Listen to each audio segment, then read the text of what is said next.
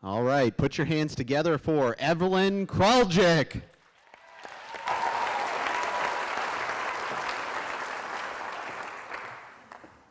Good evening. Let me pose a question to you. How many of you out there like to eat fruits and vegetables at least 3 times a week? That's quite a few hands. But what if I told you there's a real danger out there that may cause you not to be able to enjoy fruits, vegetables, flowers, even coffee or nuts in the very near future, all because of the disappearance of our bees?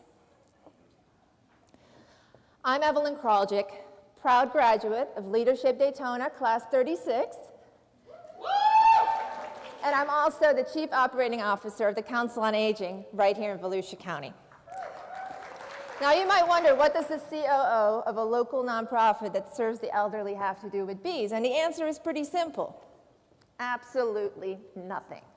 But what it does have to do with is the fact that I'm a parent, I'm a human being, and I care deeply about our planet, our environment, and its future. I imagine many of you do as well. So I'm going to take tonight and talk a little bit about that.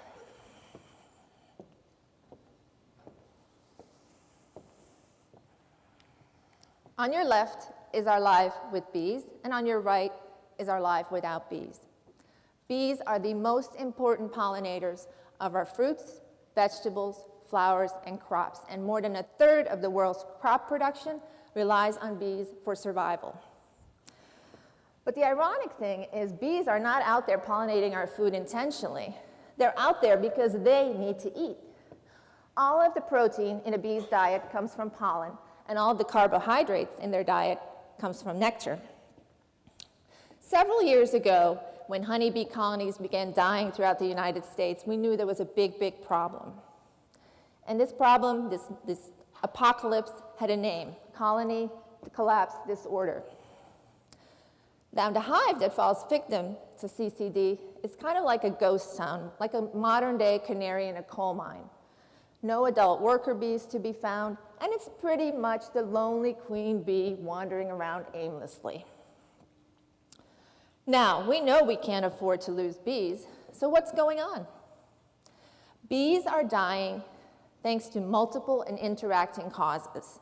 Bees dying reflect a flowerless landscape and a dysfunctional food system.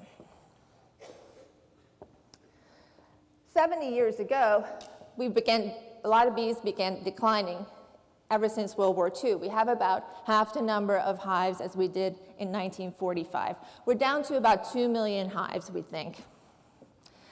And one of the reasons is we changed our farming practices.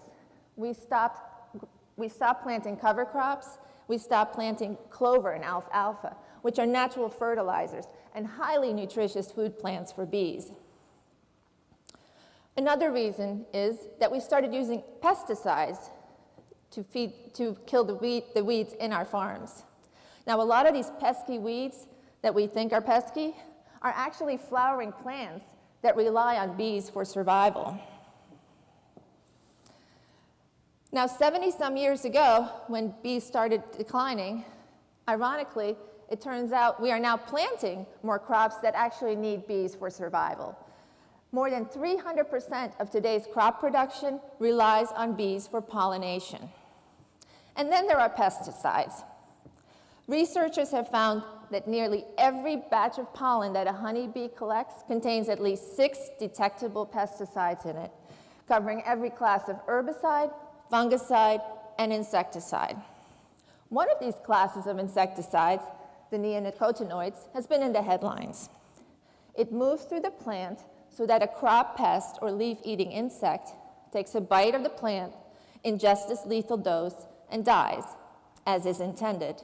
But if one of these neonics is applied in high concentration, it moves through the plant where a helpless bee will ingest a dose that'll make it twitch and die. Fortunately, in most scenarios, it's only the seed that gets coated with this insecticide. So if this lower dose moves through the plant, a bee will ingest it, and it may become intoxicated, disoriented, and it may not find its way home. And it's not just our honeybees. All of the more than 20,000 species of bees are at risk, including our bumblebees, which are backup to our honeybees. We need all of our bees. Now, what are we going to do? What are we going to do about this big bee bummer that we have created? It's hopeful. Yes, it's hopeful. And every single one of you out there can help our bees in two very direct and easy ways. One, plant bee-friendly native flowers. And two, don't contaminate this delicious bee food with pesticides. Plant them in your yards, in your flower pots. Campaign to have them planted in public parks and community spaces. Now, I know that may seem like a really small problem, counter problem to a big, big problem. But when bees have access to good nutrition, we have access to good nutrition. To be or not to be? That is my question. What is your answer?